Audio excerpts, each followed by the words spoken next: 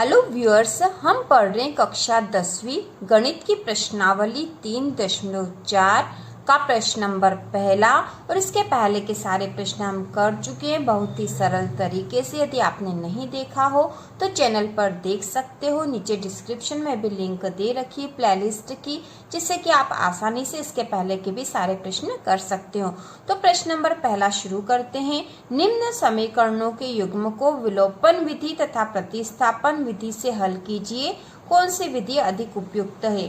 तो यहाँ पर हम इसको विलोपन विधि से करेंगे। प्रश्न नंबर जो इसमें पहले का जो पहला दे रखा है, इसमें जो संख्या दे रखी, बहुपद दे रखे हैं, वह x धन y बराबर 5 और 2x ऋण 3y बराबर 4। तो इसको हम हल करेंगे। हम इन्हें समीकरण के नाम दे देंगे। सबसे पहले तो जो पहला बहुपद है यह है x धन y बराबर 5 और ये हो गया समीकरण एक, नाम दे दिया हमने इसे।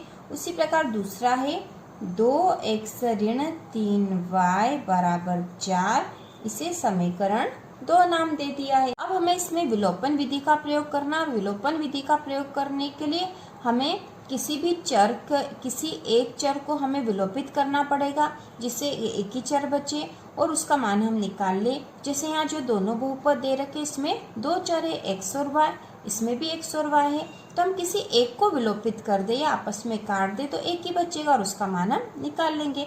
तो इसके लिए जो विधि प्रयोग होती है वह विलोपन विधि होती है। और उसके लिए हम क्या करते हैं, जैसे हमें x को विलोपित करना है तो हम क्या करते हैं कि इसके जो गुणक होते हैं उसको हम समान कर देंगे। जैसे यहाँ पे 2x है तो यदि यहाँ पे भी 2x होगा और उनको घटाएंगे तो वह हल हो जाएगा। तो इसको हम करेंगे तो आपको आसानी से समझ में आ जाएगा।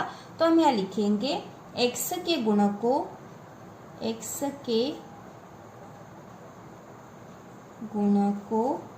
को समान करने के लिए, x के गुणकों को समान करने के लिए समीकरण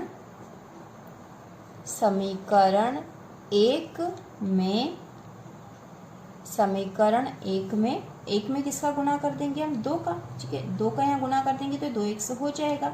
तो समीकरण 1 में 2 का तथा समीकरण 2 में 1 का गुणा करने पर, ठीक है, यहाँ पर तो हम 2 का गुणा कर देंगे और इसमें ये एक ही x है तो 1 का यहाँ गुणा कर देंगे। तो इस तरह से ये x वाले जो पद है समान हो जाएंगे और इसको हम विलोपित आसानी से कर सकेंगे। तो पहले गुणा कर लेते हैं। तो समीकरण 1 है x धन y बराबर 5, इसमें हमें गुणा करना है 2 का। और समीकरण 2 है 2x ऋण 3y बराबर 4 और इसमें हम गुणा करेंगे 1 का। तो गुणा करके हम यहाँ लिख देते हैं। तो 2 का x धन y बराबर 5 में गुणा करने पर हो जाएगा, 2 का x में गुणा करेंगे तो 2x धन 2 का y में गुणा करा तो 2y बराबर 2 का 5 में गुणा करा तो 2 पंजे 10। और ये जो नई समीकरण आई है इसे हम समीकरण 3 नाम दे देंगे। ठीक है, ताकि हम आसानी से समझ सके कि ये कौन सी वाली समीकरण थी। अब एक का इस समीकरण में या इस बहुपद में गुणा करेंगे तो ये कि यही आ जाएगा, क्योंकि एक का किसी भी संख्या में गुणा करेंगे तो वही संख्या आ जाएगी। तो हम ये लिख देंगे 2x ऋण 3y बराबर 4 और इसे हमने दे दिया समीकरण 4 नाम। तो अब हमारे पास 2 नई समीकरण आ गई, समीकरण 3 और समीकरण 4, जिसमें कि x वाले जो पद हैं वो दोनों ही समान है। ये भी 2x और ये भी 2x हो गया। अब हमें x वाले पद को विलोपित करना है तो इसके लिए हम समीकरण 3 में से समीकरण 4 को घटा देंगे। तो अब हम लिखेंगे समीकरण 3 में से समीकरण 4 को घटाने पर, तो यहाँ घटाएंगे हम। तो सबसे पहले समीकरण 3 लिख देंगे 2x धन 2y बराबर 10, ये समीकरण 3 लिख दी है। अब 4 लिखेंगे 2x ऋण 3y बराबर 4। तो हमें पता ही है कि बहुपद वाले जो समीकरण इस प्रकार से जब घटाते हैं तो इनके चिन्ह बदल जाते हैं। तो जैसे नीचे वाला जो बहुपद होता है उसके चिन्ह बदलते हैं। ठीक है, नीचे वाला बहुपद कौन सा, ये वाला, तो इस वाले के चिन्ह बदल जाएंगे। तो 2x है तो ये ऋण का हो जाएगा, क्योंकि यहाँ पे धन का है, ये ऋण है तो ये धन का हो गया, और ये धन का है तो यहाँ ऋण का हो गया है। तो अब हम इसको घटाएंगे तो देखो, ये धन के 2x है और ये ऋण का 2x है, तो ये दोनों आपस में, धन और ऋण आपस में कट गए, बराबर संख्या, और ये धन और ऋण है तो ये कट गई आपस में। अब यहाँ पे धन के 2y हैं और ये धन के 3y है, तो 2 और 3 5y हो जाएंगे धन के, बराबर। अब यहाँ ऋण है तो 10 में से ऋण 4 है, 10 ऋण 4 है, 10 में से 4 घट जाएंगे क्योंकि ऋण का है, तो 10 में से 4 घटेंगे तो क्या बचेगा यहाँ पर 6, और उसमें चिन्ह क्या आएगा, धन का, क्योंकि धन की संख्या बड़ी है। ये धन और ऋण था इसलिए घट गए दोनों, और 10 में से 4 घटा है तो 6 बचे हैं, और 6 धन का है क्योंकि धन वाली संख्या बड़ी है।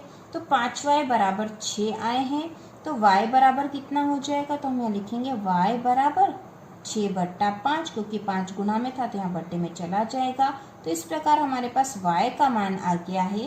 अब हमें x का मान निकालना है, तो हम y के मान को कहाँ रख देंगे, समीकरण 1 में। हम किसी भी समीकरण में रख सकते हैं, लेकिन समीकरण 1 में रखेंगे तो बहुत आसान हो जाएगा। तो हम यहाँ लिखेंगे y का मान समीकरण 1 में रखने पर, समीकरण 1 में रखेंगे जिससे कि हमें x का मान भी मिल जाए। तो समीकरण 1 क्या थी, x धन y बराबर 5, ये समीकरण 1 थी। अब इसमें y का मान हमें रखना है, तो x तो ऐसे ही लिख देंगे, x धन y की जगह हम लिख देंगे 6/5 बराबर 5। तो अब x का मान निकालना है, तो x बराबर हो जाएगा 5, और ये धन का 6/5 है तो उधर जाएगा, तो ये ऋण का हो गया, ऋण 6/5, इसके बट्टे कुछ नहीं तो हम 1 लिख देंगे ताकि इसको आसानी से हल कर सके। अब इन दोनों का एलसीएम निकालेंगे तो आ जाएगा 5। अब 1 का पहाड़ा 5 बार बोला तो 5 आया, 5 का 5 में गुणा करा तो 25 हो गए। यहाँ पर हमने इन दोनों में से 5 और 1 में से एलसीएम निकाला है, एलसीएम आ गया है 5, और इसको हल करेंगे हम। तो 1 का पहाड़ा 5 बार बोला तो 5 आए, और 5 का 5 में गुणा करा तो 25 हो गए हैं। अब यहाँ ऋण का चिन्ह आ जाएगा, अब 5 एकम 5 1 ही आया, 1 का 6 में गुणा करा तो 6 आ गए। यहाँ पे x का मान निकाल रहे हैं तो हम x बराबर भी लिख देंगे। अब 25 में से 6 घटाएंगे तो कितने बच जाएंगे, 19। ठीक है, तो x बराबर हम लिख देंगे 19/5। तो ये x का मान भी हमारे पास आ गया है। अब हम लिख देंगे आंसर, x बराबर 6/5 और y बराबर 19/5। तो ये हमारा आंसर आ गया है। बहुत ही आसान प्रश्न था, बस इसको समझ के करना है। तो इसी प्रकार के और वीडियो देखने के लिए चैनल को सब्सक्राइब कीजिए।